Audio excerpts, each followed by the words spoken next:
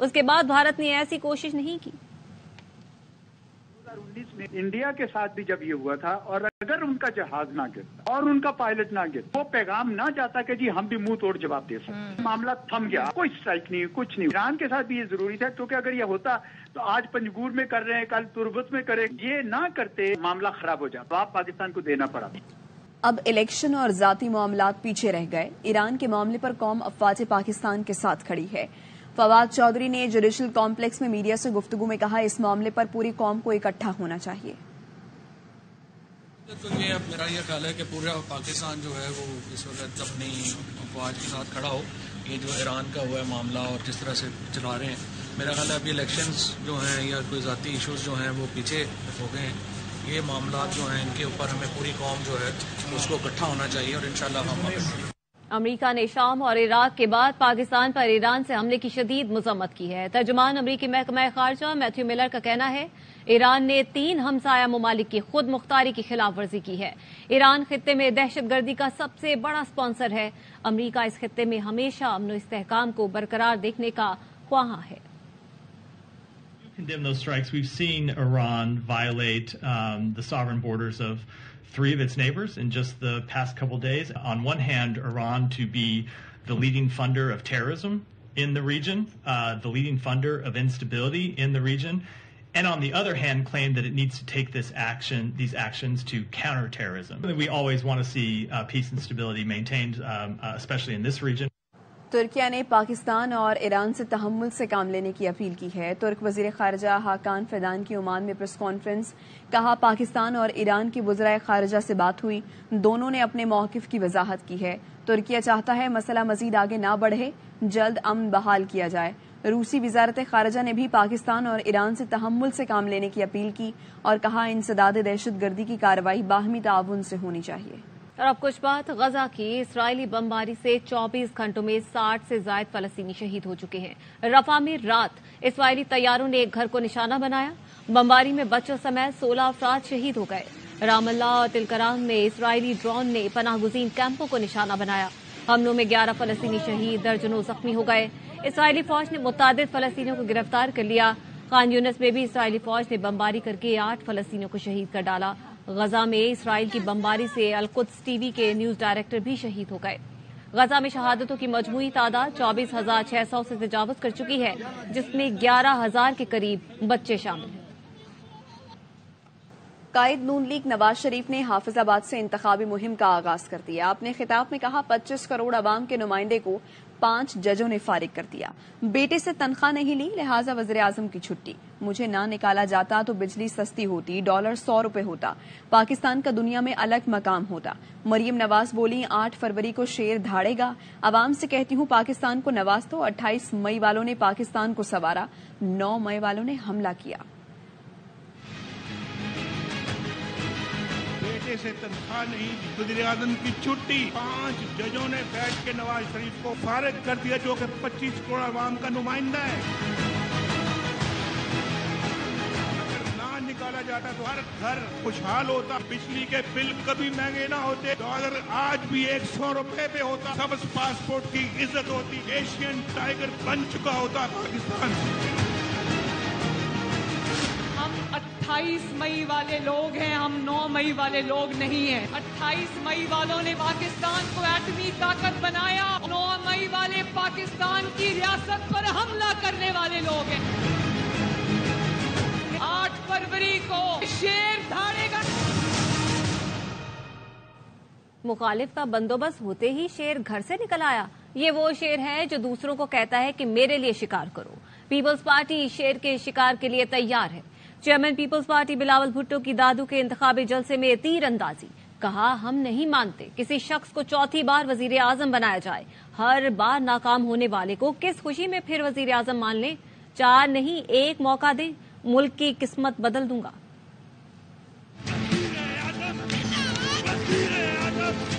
اب یہ الیکشن تیر شیر اور شیر کے درمیان ہے. آپ نے کبھی ایسا شیر دیکھا ہو جو خود گھر میں چھپ جاتا ہے, جو خود شکار نہیں کرتا, دوسروں کو کہتے ہیں کہ آپ جائیں, آپ میرا مخالف کا بندوبست کریں, جب شکار ہو جاتا ہے پھر یہ شیر باہر نکل جاتا ہے. آج پہلی دفعہ وہ شیر نظر آیا.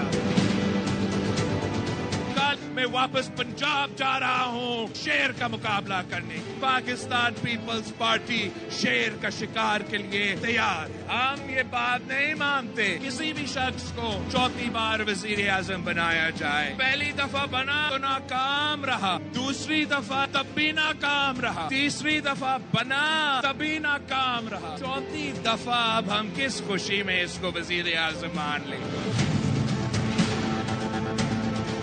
نہیں, ایک موقع دے, میں ملک کا قسمت بدل دوں گا. ہم عوامی راج قائم کریں گے. کشمیر سے لے کے کراچی تک تیروں کی بارش ہونا چاہیے, کوئی اور نظر ہی نہیں آنے چاہیے. پی ٹی آئی ہفتے سے بھرپور انتخابی مہم شروع کرے گی.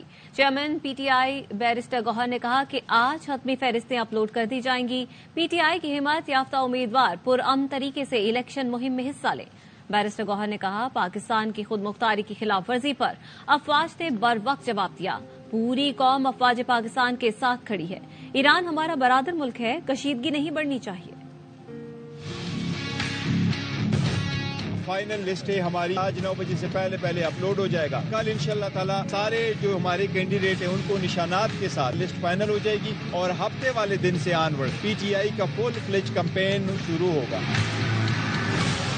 خان صاحب اپنا موقف دے چکے ہیں. ایران ہمارا اسلامی اور برادری ملک ہے, ہماری کشیدگی زیادہ نہیں بڑھنی چاہیے, لیکن کسی صورت پاکستان دراندازی کا اجازت نہیں دے سکتا. ہمارے فوج نے افیکٹو میسیو رسپانس کیا, اپروپریٹ رسپانس کیا. ایسے سرکمسٹانسز میں پوری قوم فوج کے شانہ بشانہ کڑی ہوگی. نگراں وزیر اعلیٰ پنجاب نے لاہور کے 7 سال سے تعطل سپورٹس کمپلیکس کو چند ماہ میں فنکشنل کر دیا. وزیر اعلیٰ محسن نقوی نے جم, بیڈمنٹن, انڈور ہال, سنوکر روم, ٹیبل ٹینس ہال اور سوئمنگ پول, لیڈیز جم کا معائنہ کیا. وزیر اعلیٰ اور مشیر کھیل پنجاب وہاب ریاض نے سنوکر بھی کھیلا. محسن نقوی نے کہا 8 کینال پر تعمیر کیے گئے سپورٹس کمپلیکس میں مرد اور خواتین اور فیملیز کے لیے 20 سے زائد انڈور سپورٹس فراہم کی گئی ہیں. اور کراچی میں گیس کے بدترین بحران کے خلاف سوئی سدن گیس کے ہیڈ آفس کے سامنے جماعت اسلامی کے تحت دھرنا دیا گیا. سردی میں گیس بحران سے تنگ آئی خواتین بڑی تعداد میں شریک ہوئی. مزید بتا رہے ہیں ہمارے نمائندے فیض اللہ خان. خواتین اس گیس کی لوڈ شیڈنگ سے سب سے زیادہ متاثر ہوتی ہیں. مختلف علاقوں سے خواتین اس جماعت اسلامی کے دھرنے میں شریک ہیں اور اپنا احتجاج ریکارڈ کرا رہی ہیں. پیشہ مارنے کی گاڑی آ جاتی ہے, پیشہ مارتی کیونکہ لائن ڈلوائی ہے, لیکن لائن ڈالنے کے باوجود گیس نہیں آ رہی ہے. بیچاری بیوہ ہیں لیکن ان کا 70,000 کا بل بھیج دیا اور میٹر بھی لے گیا کوئی ان کا نکال کے. حافظ نعیم الرحمان نے اس دھرنے سے خطاب کرتے ہوئے کہا ہے کہ گیس کی لوڈ شیڈنگ کے خلاف وہ نکلے ہیں. کراچی والوں کے ساتھ زیادتی ہو رہی ہے. گیس کی جو بلز ہیں اس کی قیمتوں میں بھی اضافہ ہوا ہے اور اس کے ساتھ ساتھ گیس کم پریشر کے ساتھ دی جا رہی ہے, اور جب تک کراچی والوں کو گیس مکمل پریشر کے ساتھ نہیں ملتی ان کا احتجاج جاری رہے گا. کراچی میں ڈاکوؤں نے ایک اور میٹرک کے طالب علم کو قتل کر دیا. کورنگی زمان ٹاؤن کا ایان کئی گھنٹے زندگی موت کی کشمکش میں رہا. 2 روز پہلے مواج گوٹ میں ڈاکوؤں کی فائرنگ سے میٹرک کا طالب علم مزمل جاں بحق ہوا تھا. افضل خان کی رپورٹ میں دیکھیے. اب تک کے لیے اتنا ہی. مزید خبروں اور تفصیلات کے لیے آپ دیکھتے رہیے آواز نیوز.